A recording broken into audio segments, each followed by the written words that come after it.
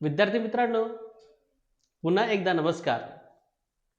आपण आज English for all तुमच्या लक्षात आलंच असेल. आपल्या या कोर्सचं नाव आपण इंग्लिश फॉर ऑल असं का ठेवलं आहे, तर जे विद्यार्थी स्पर्धा परीक्षेची तयारी करतात आहेत त्यांच्यासाठी सुद्धा, जे विद्यार्थी अकॅडमिक तयारी करतात आहेत त्यांच्यासाठी सुद्धा, आणि जे विद्यार्थी शालेय अभ्यासक्रमात अभ्यास करतात आहे अशा सर्वांसाठी एक कोर्स आपण या ठिकाणी डिझाईन केला आहे, ज्याचं नाव आपण ठेवलेलं आहे English for all.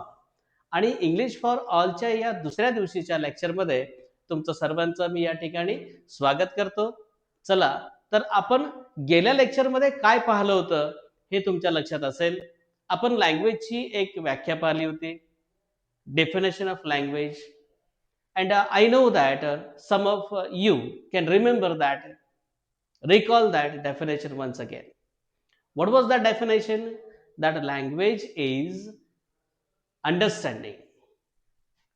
What sort of understanding? Understanding the complexity. Is it? The complexity of what? The words and sentences. And the first word was capacity. So we have designed that particular in a very fine sentence.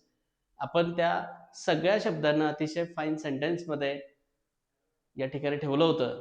तुमच्या लक्षात असेल, पहिला शब्द होता आपला कॅपॅसिटीचा. Capacity to understand what the complexity of the words or sentences.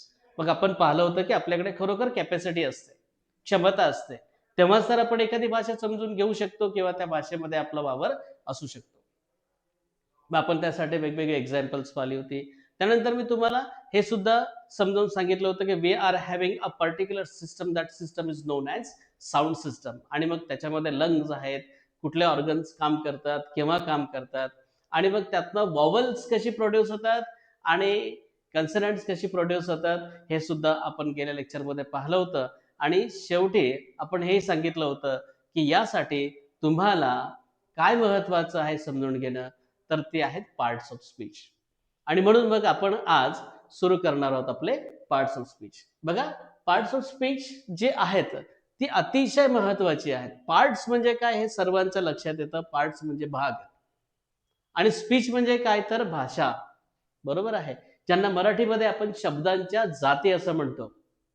मग ह्या कोणत्या कोणत्या आहेत? एखाद्याला जर आपण सहज प्रश्न विचारला की कोणत्या कोणत्या आहेत मला सांग बरं एका लिस्टमध्ये, तर बहुतेक विद्यार्थ्यांना त्या एका लिस्टमध्ये एका पाठोपाठ एक सांगता येत नाहीत. आणि म्हणून मग त्या कशा लक्षात ठेवायच्या, काय लक्षात ठेवायच्या, त्या नेमक्या आहेत तरी काय, या सगळ्या गोष्टींसाठी आपण आज हे लेक्चर जे आहे ते पाहणार आहोत. बघा, पार्ट्स ऑफ स्पीच. मग पार्ट्स ऑफ स्पीच किंवा शब्दांच्या जाती, what are that? Parts of speech are having 4 points to know. The first is part of speech are very urgent to know. Yes, as I told you, it is very urgent to know what are the part of speech. The second thing is words are different kinds. खूप महत्वाचा विषय मी तुम्हाला सांगतोय की शब्द जे आहेत ना ती वेगवेगळ्या प्रकारचे असतात. For example, my self is a teacher. So teacher is a word, and this is a pen. This is a what? Pen. हा पेन आहे. This is watch. This is my t-shirt. This is logo. This one is board. याचा अर्थ असा आहे की सगळे शब्द कसे आहेत वेगवेगळ्या प्रकारचे आहेत. For example, this is a pen. बघ, आपण संपूर्ण जगभरात कुठेही गेलो तरी हा काय आहे? पेनच आहे. आणि म्हणून मग हा पेन वेगळ्या प्रकारचं नाव आहे, वेगळ्या प्रकारचा शब्द आहे. पर्सन वेगळ्या प्रकारचा शब्द आहे. टीचर वेगळ्या प्रकारचा शब्द आहे. लोगो वेगळ्या प्रकारचा शब्द आहे. माझं नाव नितीन. नितीन हा सुद्धा वेगळ्या प्रकारचा शब्द आहे. म्हणजे असे शब्द जे आहेत ते वेगवेगळ्या प्रकारचे असतात. म्हणून दुसरा महत्वाचा गोष्ट लक्षात ठेवायला हरकत नाही आपल्याला, ती म्हणजे words are of different kind. शब्दांचे वेगवेगळे प्रकार असतात. बघा, तिसरा मुद्दा महत्वाचा आहे, तर कुठला आहे? Different words join together to form meaningful sentence. Different words join together to form meaningful sentence म्हणजे वेगवेगळ्या प्रकारची शब्द जेव्हा एकत्र येतात तेव्हा एक सुंदर अशी वाक्यरचना तयार होते जी अर्थपूर्ण असते, आणि त्यातून भाषा जी आहे ती भाषा बोलली जाऊ शकते, समजली जाऊ शकते, लिहिली जाऊ शकते आणि तिचा उपयोग आपल्याला रोज आपल्या जीवनात जो आहे तो करता येऊ शकतो. बघा, parts of speech are 8 in numbers. काय म्हणतोय मी तुम्हाला की पार्ट्स ऑफ स्पीच जे आहेत ते तुमचे पार्ट्स ऑफ स्पीच किती नंबरचे किती आहेत, त्यांची संख्या किती आहे, तर त्यांची संख्या आहे एकूण 8. किती आहे? 8. हा 8 शब्द जो आहे तो अतिशय महत्वाचा आहे. They are 8 in their numbers. किती आहेत? तर ते आहेत एकूण 8. त्यांची संख्या किती आहे? 8. We can remember them in a single sentence. बघा, माझ्याकडे एक छोटंसं सेंटेन्स आहे, जे सेंटेन्स तुम्हाला ह्या 8 पार्ट ऑफ स्पीचला कसं लक्षात ठेवावं यासाठी नक्कीच मदत करेल. मग कुठलं बरं ते वाक्य आहे? त्या वाक्याचा आपण उपयोग करून ही 8 एका पाठोपाठ एक लक्षात ठेवू शकतो का? तर हो, बिलकुल लक्षात ठेवू शकतो. त्यासाठी तुम्हाला ते वाक्य जे आहे ते वाक्य बघावं लागेल. ते वाक्य या वाक्यात या स्लाइडमध्ये पहिलंच आहे बघा. आणि एक गोष्ट मित्रांनो आणखी तुम्हाला सांगावीशी या ठिकाणी वाटते. बघा, सर्वात पहिलं काम आपण कुणावर करावं असा जेव्हा प्रश्न येतो तर ते काम आपण स्वतःवर करावं. सर्वात जास्त कॉन्फिडन्स आपला कुणावर असला पाहिजे, तर मित्रांनो सर्वात जास्त कॉन्फिडन्स हा आपला स्वतःवर असला पाहिजे. आणि म्हणून कुठल्याही कामाची सुरुवात करताना मी या शब्दाला जास्तीत जास्त महत्व द्या. कारण सगळं मलाच करायचं आहे. यशस्वी कुणाला व्हायचं आहे? मला व्हायचं आहे. मग करेल कोण? मी. म्हणून मग आपल्याला कॉन्सन्ट्रेशन कुणावर करावं लागेल? तर अर्थातच मीवर कॉन्सन्ट्रेशन करावं लागेल. आणि म्हणून मी जेव्हा केव्हा एखाद्या गोष्टीची सुरुवात करतो तेव्हा ती माझ्या स्वतःपासून करतो. म्हणून या वाक्याची सुरुवात देखील मी माझ्या नावाने केलेली आहे. निसंकोचपणे अगदी तुमच्या देखील लक्षात येईल तशीच. बघा, काय लिहिलंय मी या वाक्यात? Professor Nitin, please come in and advise Viraj. Professor, my profession is teaching and I am professor. So professor is the first word. The second, my name is Nitin. So Nitin is the second word. And then some of the words are joined there together once again. What are that? Please come in and advise Viraj. Viraj is the name of my son. So professor, we want what we want. Professor, professor शुरू होता है P से, तो मुझे वो पहला word जो P है, जो पी आहे तो मला अतिशय महत्वाचा आहे. इथे सगळेच जे शब्द आहेत ती शब्द एकूण 8 आहेत आणि त्या 8 शब्दांचा काय उपयोग मला? तर त्या 8 शब्दांचा मला उपयोग असा आहे की मी सर्वात पहिला त्याचं जे अक्षर आहे, त्याचं जे अल्फाबेट आहे त्याच्याकडे मला कॉन्सन्ट्रेट करायचं. मग पहिला कोण आहे? तर पहिला आहे पी. पहिला कोण आहे? पी. दुसरा कोण आहे? एन. तिसरा कोण आहे? परत पी. चौथा कोण आहे? सी. पाचवा काय आहे? आय. सहावा कोण आहे? ए. सातवा कोण आहे? ए. आणि आठवा कोण आहे? तर हा आहे व्ही. मग बघा, P, N, P, C, I, A, A, V. P, N, P, C, I, A, A, V. ही आहेत 8 पार्ट ऑफ स्पीचची अध्यक्षर, ज्यांनी अल्फाबेट्स किंवा ज्यांनी जे अल्फाबेट्स आहेत त्यांनी ती सुरू होतात म्हणून ती आहेत या पद्धतीने. एकूण किती आहेत? तर 8 आपण गेल्या स्लाइड मध्ये पाहिलं होतं. कोणती कोणती आहेत ती? तर ती लिस्ट तुमच्या समोर इथे आहे. बघा, पहिला आहे प्रेपोजिशन. पहिला काय आहे? प्रेपोजिशन. मी थोडंसं हे समजून सांगण्याचा प्रयत्न करेल या स्लाइड मध्ये की प्रेपोजिशन. बघा, प्रेपोजिशन हा शब्द प्री आणि पोझिशन या 2 शब्दांचा मिळून तयार झाला आहे. प्री आणि पोझिशन. तर प्री म्हणजे काय? तर प्री म्हणजे च्या आधी, बिफोर, च्या अगोदर. आणि पोझिशन म्हणजे काय? तर पोझिशन म्हणजे स्थिती किंवा परिस्थिती, कंडिशन, सिच्युएशन. मग एखाद्या सिच्युएशनच्या आधी, एखाद्या कंडिशनच्या आधी, एखाद्या नामाच्या आधी जेव्हा आपण त्याला वापरू त्याला म्हणायचं असतं प्रेपोजिशन. त्याला काय म्हणायचं असतं? Preposition.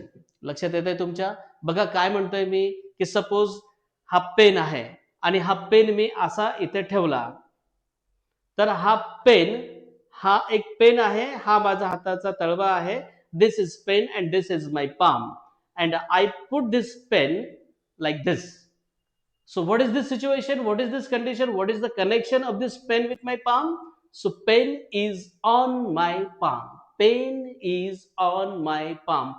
Pen is on my palm. On, the word I have used to describe the position, to describe the condition, to describe the situation. So on is what? Preposition. म्हणजे पेनाच्या अगोदर किंवा माझ्या हाताचा तळवा जो आहे, पाम जो आहे, त्याच्या अगोदर त्याची कंडिशन सांगण्यासाठी या पेनाची मी जो वापरला तो आहे ऑन. आणि म्हणून मग हा ऑन काय आहे, तर हा आहे प्रेपोजिशन जस्ट लाईक. लक्षात आलं असेल तुमच्या कदाचित. I am before this board, panel, interactive board. तुम्ही याला बोर्ड म्हणा, इंटरॅक्टिव्ह बोर्ड म्हणा किंवा आणखी काय म्हणा, पण माझी सिच्युएशन बघा कशी आहे. मी त्याच्या समोर आहे, समोर आहे. It means my face is towards you. माझा फेस सुद्धा तुमच्याकडे आहे आणि या बोर्डचा फेस सुद्धा तुमच्याकडे आहे. म्हणून मी माझ्यासाठी किंवा माझी पोझिशन सांगण्यासाठी बिफोर हा शब्द वापरला. मग तो बिफोर कंडिशन सांगण्यासाठी वापरला, म्हणून तो काय आहे? प्रेपोजिशन आहे. तो बिफोर सुद्धा काय सांगतो तुम्हाला? कंडिशन सांगतो. म्हणून हा बिफोर सुद्धा काय आहे, तर तो तुमचा शब्द आहे प्रेपोजिशन या प्रकारचा. बरोबर. दुसरा बघा कोण आहे आपल्याकडे? हा आहे नाउन.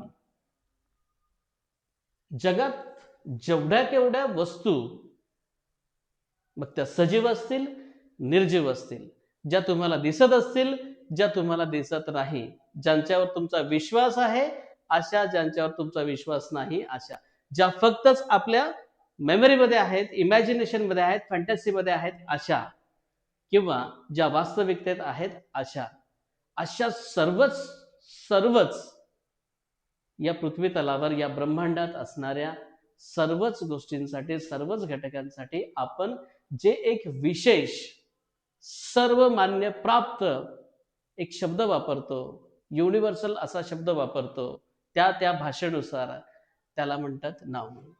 त्याला काय म्हणतात? नाउन. बरोबर आहे. जसं मी आहे तर माझं नाव नितीन.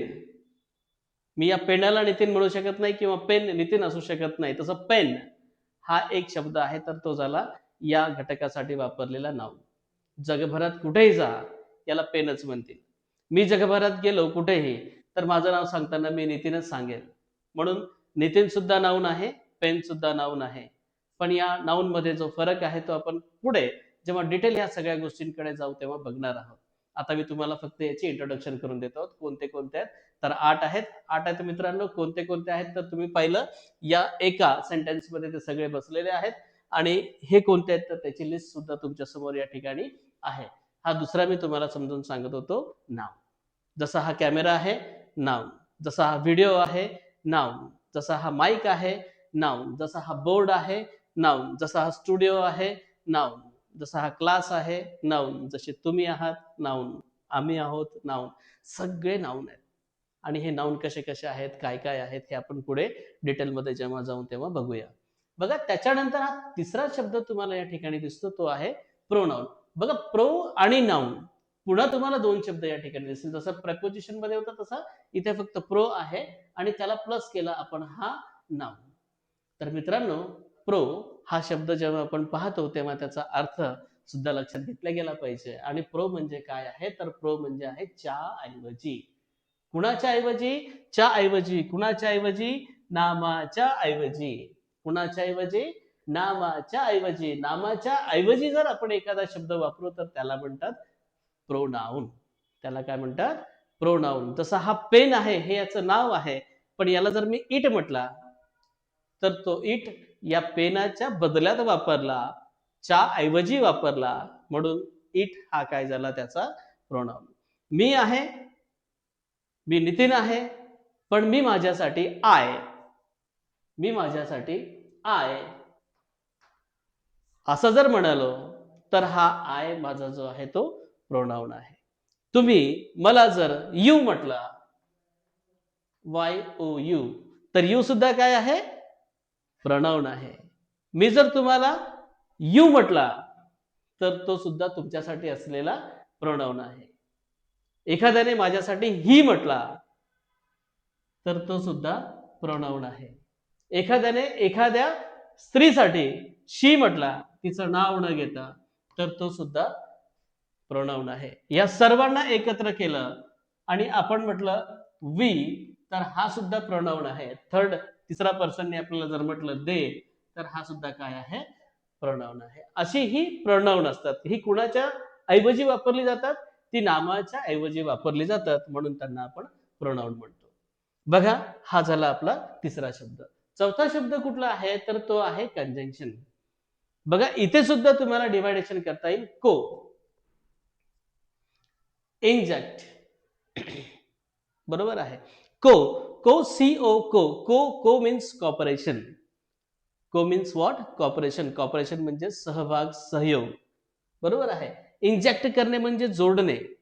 म्हणजे दोन शब्दांमध्ये किंवा दोन वाक्यांमध्ये काय सहभाग आहे, काय एकमेकांवर डिपेंडन्सी आहे, ते दाखवण्यासाठी एखादा शब्द जेव्हा वापरला जातो तेव्हा त्याला कंजंक्शन असं म्हणतात.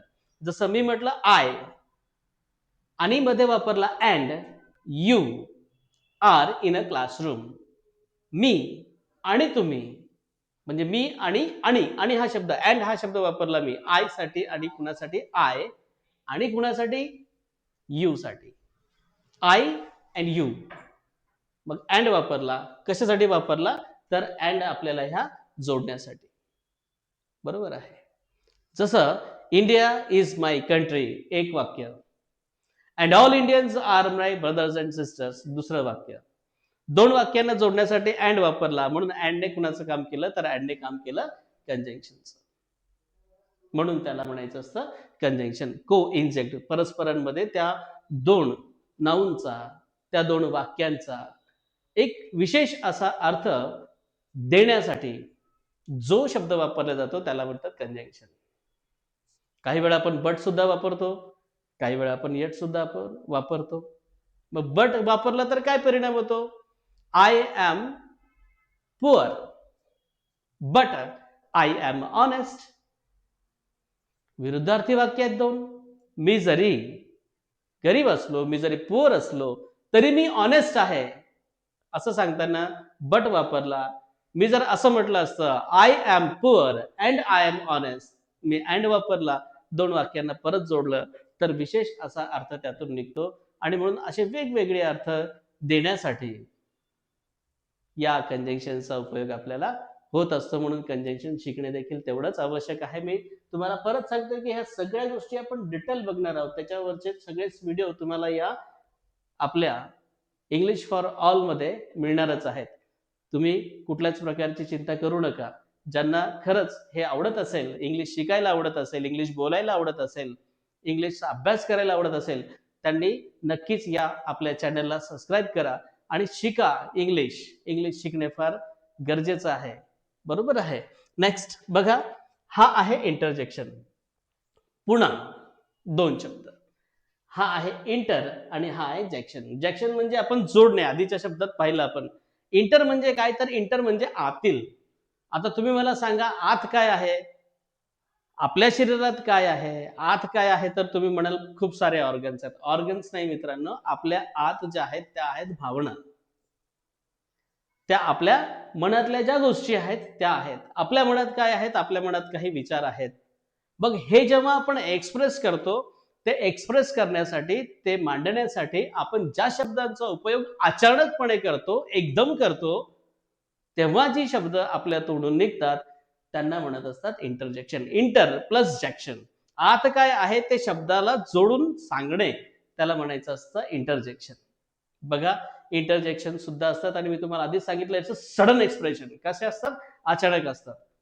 रस्त्याने जाता जाता मला जर एक मोठा साप दिसला आणि मी जर असं म्हटलं अरे बाप रे, मग त्या सापाला पाहून मला माझ्या तोंडून अचानक एक शब्द निघाला, अरे बाप रे. हा मराठीमध्ये झाला.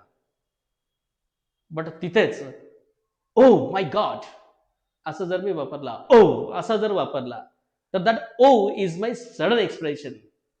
तो ओ जो आहे तो माझा काय आहे? Sudden expression. मी काय घरून ठरून आलेलो नसतो की मला आज रस्त्याने चालता चालता एक साप दिसणार आहे आणि तो दिसला की मी ओ करणार आहे. असं असतं का? असं बिलकुल राहत नाही. बरोबर आहे. तो अचानक आपल्या समोर येतो आणि अचानक आपण ओ करतो. तर तो ओ जो आहे तो आपला इंटरजेक्शन आहे ओ. वाव! एखादा ब्युटिफुल सीन आपल्याला दिसल्यानंतर वाव असं म्हणतो आपण. एखादा मित्र जो बऱ्याच दिवसानंतर आपल्याला भेटला आणि तो भेटला अचानक आपल्या समोर आला तर आपण काय म्हणतो? वाव! Is it wow! हा सुद्धा काय आहे? आपल्या आतल्या एक्सप्रेशनला अचानकपणे बाहेर आणणारा एक शब्द आहे जो आपल्या भाषेत आला. म्हणून तो इथे आला तर तो कुठल्या ह्याच्यात आला? इंटरजेक्शन या प्रकारामध्ये आला. It is negative expression. What is the meaning of We can't express, but we can understand. असं म्हटल्यानंतर तुम्हाला फक्त साऊंड येईल, पण तुम्हाला अर्थ जर विचारला की चा अर्थ सांगा, तर सांगता येईल का? सांगता येणार नाही. पण मला काय म्हणायचं होतं ते मात्र तुमच्या लक्षात येऊन जाईल. असा एक उच्चार जो आपल्याला बरंच काही सांगून जातो, तो उच्चार दुसरं तिसरं काही नसून मित्रांनो तो काय आहे? इंटरजेक्शन आहे. म्हणून इंटरजेक्शन सुद्धा महत्वाची आहेत, जी आपल्याला ज्यांच्या उच्चारातून आपल्याला खरंच काय चाललंय त्याचा बोध होत असतो. नंतर आहे ऍडजेक्टिव्ह.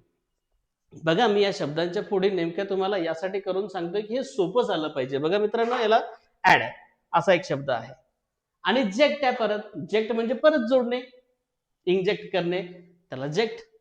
बरोबर आहे. आणि मग काय? ऍड. ऍड म्हणजे ऍडिशनल. ऍडिशनल म्हणजे अधिकचा.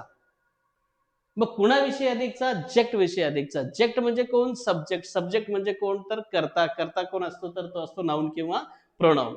आणि म्हणून मग नाऊन प्रोनाऊन यांच्याविषयी ऍडिशनल ऍडिशनल इन्फॉर्मेशन देणारा जो शब्द असतो त्या शब्दाला काय म्हणायचं असतं? ऍडजेक्टिव्ह असं म्हणायचं असतं. लक्षात येतंय का तुमच्या?